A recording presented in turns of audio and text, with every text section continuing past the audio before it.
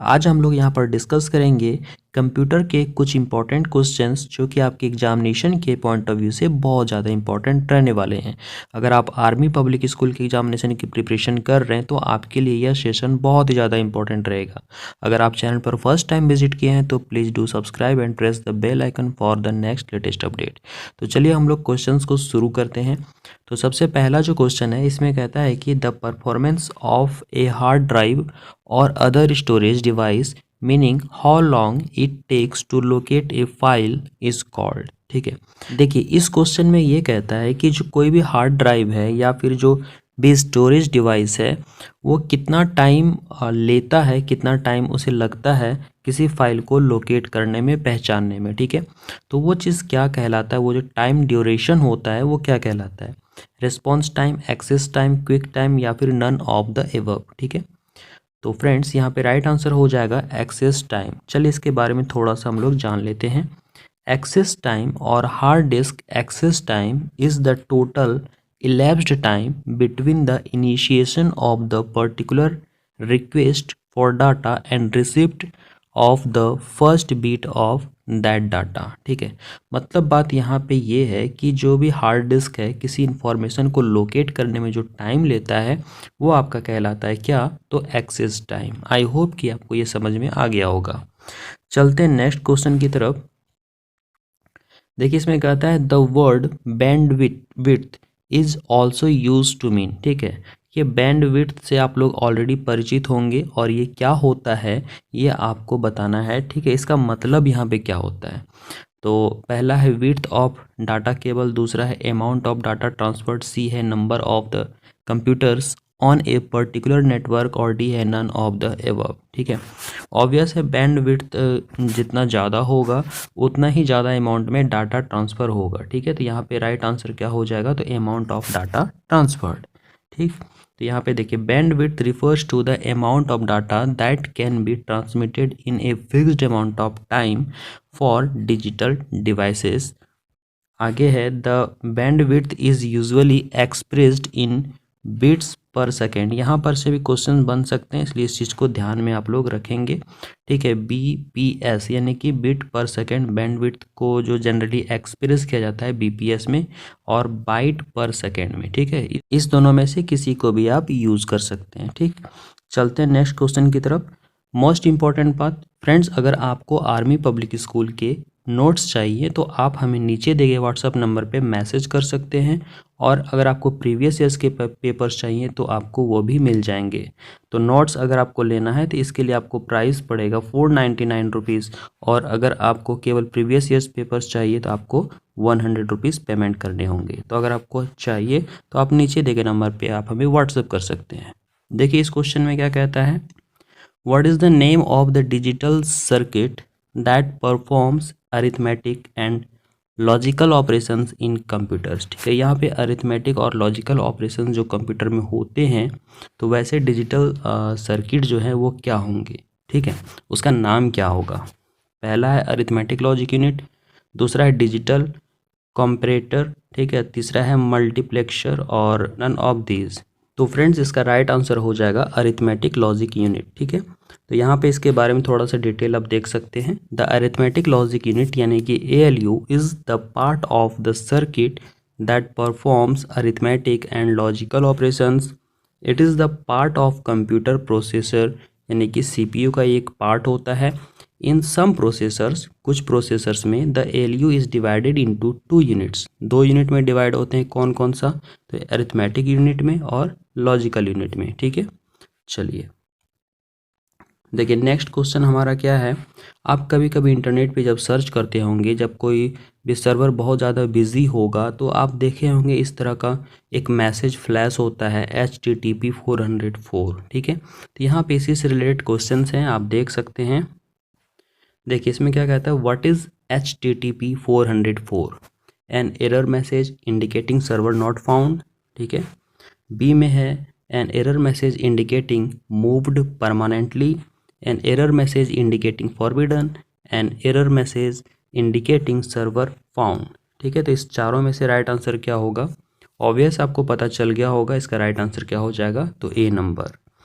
देखिए इसके बारे में थोड़ा डिटेल जान लेते हैं। The HTTP 404, 404 not found, 404 page not found और server not found error message is hyper text transfer protocol, यानी कि HTTP होता है जो एक स्टैंडर्ड रेस्पॉन्स कोड होता है, ठीक है। इन computer network communications it indicates that the browser was able to communicate with given server but server can't find it, है ना। कहने का मतलब ब्राउज़र तो फाइंड कर रहा है उस सर्वर को, लेकिन वो सर्वर मिल नहीं पा रहा है, ठीक। देखिए इस क्वेश्चन में क्या कहता है, which among the following has been standardised in the IEEE 802.3 specification, ठीक है। तो यहाँ पे IEEE है ना, इस चीज़ को ध्यान में रखेंगे, क्या चीज़ में यूज़ होता है आपको बताना है, ठीक है। ब्लूटूथ में, ईथरनेट में, वाईमैक्स में या फिर ऑल ऑफ द एबव में, ठीक। तो फ्रेंड्स इसका राइट आंसर हो जाएगा ईथरनेट। राइट आंसर क्या हो जाएगा, तो ईथरनेट। चलिए इसके बारे में थोड़ा जानते हैं। देखिए Ethernet is a system for connecting a number of computer system. It forms as LAN, यानी कि लोकल नेटवर्क ये बनाता है, with standards protocol. It was standardised in IEEE, ठीक है। बस इस चीज़ को ध्यान में रखेंगे। तो IEEE किससे रिलेशन रखता है, तो ईथरनेट से।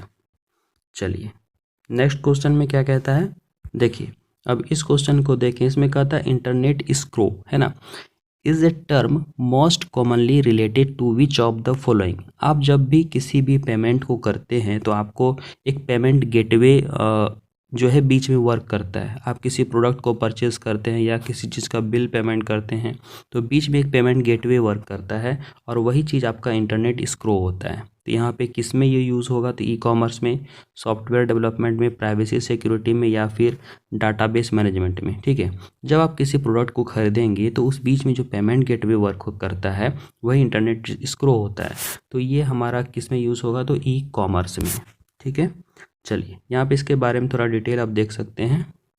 Escrow is a financial instrument whereby an asset is held by a third party on behalf of two other parties that are in the process of completing a transaction. E-commerce hold the asset of a merchant before it is sold to a customer, so it is internet escrow। कहने का मतलब ये है कि जैसे मान लीजिए कि आप बायर हैं, ठीक है, आप बाय कर रहे हैं और एक यहाँ पे सेलर है, ठीक है। तो सेलर से आप बाय तभी कर पाएंगे जब बीच में आपका इंटरनेट स्क्रो मतलब पूरा पेमेंट सक्सेसफुल बता देगा, ठीक है। तो आप पेमेंट कर रहे हैं, ये सक्सेसफुल पेमेंट बता दिया और ये सेलर को पैसा चला गया। इसके बाद क्या होता है, ये प्रोडक्ट आपके पास डिलीवर हो जाता है। यानी बीच में एक तरह से ये क्या करता है, एक ऑथेंटिसिटी का काम करता है, ठीक।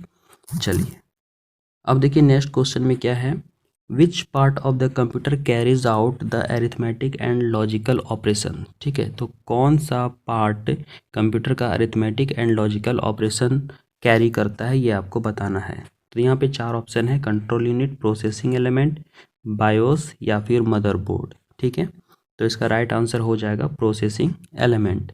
चलिए जान लेते हैं प्रोसेसिंग एलिमेंट क्या है। The processing element carries out arithmetic and logical operation while the control unit, जो कंट्रोल यूनिट होता है ये कंट्रोल करने का काम करता है, changes the order of question in response to stored information, ठीक है। मान लीजिए कि यहाँ पे कोई स्टोर्ड इन्फॉर्मेशन है, आपने यहाँ से इनपुट डाला कि हमें पर्टिकुलर क्वेश्चन का आंसर चाहिए, तो यहाँ पे कंट्रोल यूनिट जो वर्क कर रहा है, कंट्रोल यूनिट क्या करेगा, आपके क्वेश्चन का पर्टिकुलर आंसर ढूंढ के आपको आउटपुट देता है।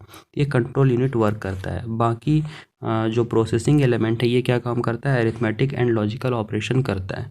अरिथमेटिक ऑपरेशन जैसे कि आपने सपोज 2 + 2 डाला तो इसका रिजल्ट क्या होगा, तो 4 होगा। तो ये क्या हो गया, अरिथमेटिक ऑपरेशन होता है। और लॉजिकल ऑपरेशन होता है जब आप किसी क्वेश्चन को करते हैं तो वहाँ पे लॉजिकली जो उसका आंसर एक मैकेनिज्म बन के जो आपको आउटपुट होता है वो लॉजिकल ऑपरेशन आपका होता है, ठीक। देखिए नेक्स्ट क्वेश्चन क्या है, which of the following lies with in the CPU, है ना। CPU में कौन कौन सा मेन जो कंटेंट है उसके अंदर जो कंपोनेंट्स होते हैं वो कौन से होते हैं, तो primary memory, secondary memory, mouse या फिर कीबोर्ड। तो ऑब्वियस है कीबोर्ड तो आपको देख के ही लग गया होगा नहीं है, माउस भी उसके अंदर नहीं रहता है, ठीक है। आपको प्राइमरी मेमोरी तो सीपीयू में ही रहता है। बात रहा सेकेंडरी मेमोरी का, तो सेकेंडरी मेमोरी मेन सीपीयू का पार्ट ये नहीं होता है, ठीक है। ये सीपीयू से बाहर का चीज़ है सेकेंडरी मेमोरी, ठीक। तो इसको सीपीयू में भी लगा दिया जाता है और सीपीयू के बाहर भी रखा जाता है। जैसे कि हार्ड डिस्क क्या हो जाता है आपका, तो सेकेंडरी मेमोरी होता है। तो मेन इसका यहाँ पे जो होगा राइट आंसर ए नंबर हो जाएगा। देखिए, all input data and instructions are stored in the memory which is of two types, primary memory and the secondary memory. Primary memory resides within the CPU while the secondary memory is external to it, यानी कि इससे वो बाहर रहता है। देखिए इसमें क्या कहता है, in a book of which author was word computer first mentioned, ठीक है। तो यहाँ पे आपसे पूछा जा रहा है कि उस ऑथर का नाम बताइए जिन्होंने कि वो पहली किताब जिसमें कि कंप्यूटर वर्ड का यूज़ हुआ, ठीक है। तो मार्क ट्वाइन, ठीक है, उसके बाद है शेरलॉक होम्स और रिचर्ड ब्रैथवेट और एनिड ब्लेटन, ठीक है। तो इसमें क्या राइट आंसर होगा, तो फ्रेंड्स यहाँ पे राइट आंसर हो जाएगा रिचर्ड ब्रेथवेट, है ना। इसके बारे में थोड़ा सा जान लेते हैं हम लोग। देखिए इसका करेक्ट आंसर क्या हो गया, Richard Braithwaite. As per Oxford English dictionary the word computer was first used in 1603 in a book called the young man's gleanings by English writer Richard Braithwaite, ठीक है। तो यहाँ पे सबसे पहले कंप्यूटर वर्ड यूज़ कब किया गया था, 1603 में। कौन सी किताब में, तो यंग मैन्स ग्लीनिंग्स में, ठीक है। तो इस चीज़ को आप लोग ध्यान में रखेंगे। चलते हैं नेक्स्ट क्वेश्चन की तरफ। देखिए इसमें क्या कहता है, which of the following was considered as the world's first fully automatic digital computer. यहाँ पे कौन सा जो है पहली ऑटोमेटिक डिजिटल कंप्यूटर थी, ये आपको बताना है ना। तो Z2, Z1, Z3, none of the above. तो फ्रेंड्स यहाँ पे राइट आंसर हो जाएगा Z3। चलिए इसके बारे में थोड़ा सा जान लेते हैं। Conrad juice made the Z3, ठीक है, किसने बनाया था, तो कोर्नाड जूस ने। Which was first fully automatic digital and electromechanical programmable computer, it was built with 2000 release. देखिए यहाँ पे रिले का मतलब होता है एक्ट ऑफ टेकिंग इन्फॉर्मेशन, यानी किसी इन्फॉर्मेशन को लेना और इसे पास करना, and passing it to another location, दूसरे लोकेशन पे इसे पास करना, ठीक है। यानी कि यहाँ एक जगह से इन्फॉर्मेशन लेगा और इसी इन्फॉर्मेशन को दूसरे जगह वो पास करेगा, तो ये चीज़ कहलाता है रिले। तो ये कितने रिले से मिलकर बना था, 2000 रिले से मिलकर बना था, ठीक है। तो फ्रेंड्स आई होप कि ये सेशन आपको पसंद आया होगा, तो इसे अधिक से अधिक शेयर करें। अगर आपको नोट्स चाहिए तो नीचे दिए गए नंबर पे आप हमें व्हाट्सअप कर सकते हैं। आपको प्रीवियस ईयर के पेपर्स चाहिए तो भी आप हमें व्हाट्सअप करें। तो मिलते हैं नेक्स्ट सेशन में। Thank you.